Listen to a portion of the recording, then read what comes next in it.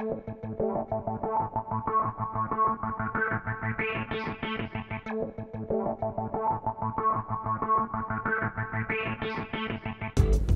May job loss report came in at a loss of 345,000 jobs, which was very positive compared to the consensus of 525,000 jobs.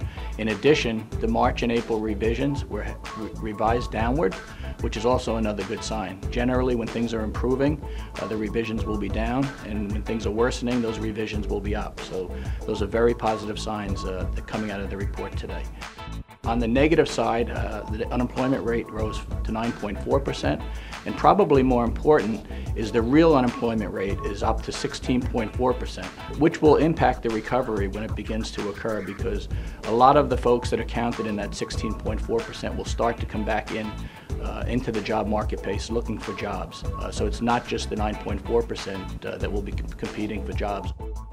The job market is very challenging today, but there are jobs out there. The job market is largely dependent upon three factors: where you live, what you do, and your level of education.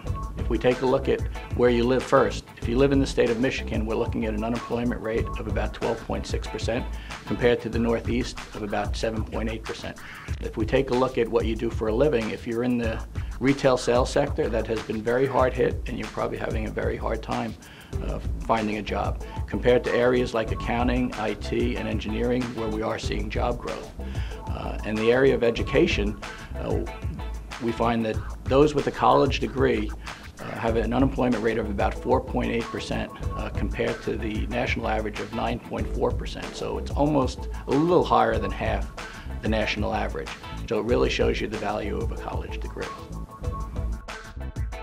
If you have recently lost your job, the first step is to speak with the Human Resource Department and find out if career transition services are available to you. If they are, I strongly encourage you to take advantage of those services. The first step in your job search, though, is to understand that your new job now is to find the job.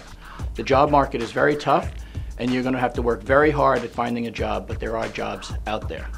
The next step is to take some time, reassess your career path, and really take a look at other industries. Look at those industries where there is strong growth possibilities in the future. Don't just look at the industry that you're coming from, but broaden your horizon and look further beyond where you are today. And of course, we encourage you to continue to network. Networking continues to be the most popular way that you get a job, and we're talking both traditional networking, that's working through your network with your family, your friends, your coworkers, recruiters, and all of the traditional ways, as well as the online networking and using all the social media and sites that are out there on the internet, and use them effectively. The last thing that I would advise, especially as we approach the summer months, is not to take time off. It has been common in the past that this time of year, a lot of job seekers who have lost their job would take the summer off and start up after Labor Day. I think in the job market today, it's important that you hit the ground running and start right away. Employers are often skeptical about people with long layoffs, and this can especially hurt you in an environment where they're looking at large pools of candidates. Many organizations have had many rounds of layoffs and have cut fairly deep into the organization. They are now realizing that in order to be successful in the turnaround, with fewer employees, they're going to have more talented employees. So it's critically important that they focus on their top talent and the critical talent segments within their organization. This makes development and retention of that top talent important as we move forward. For more information on our leadership development and executive coaching services, please see our white paper on LHH.com.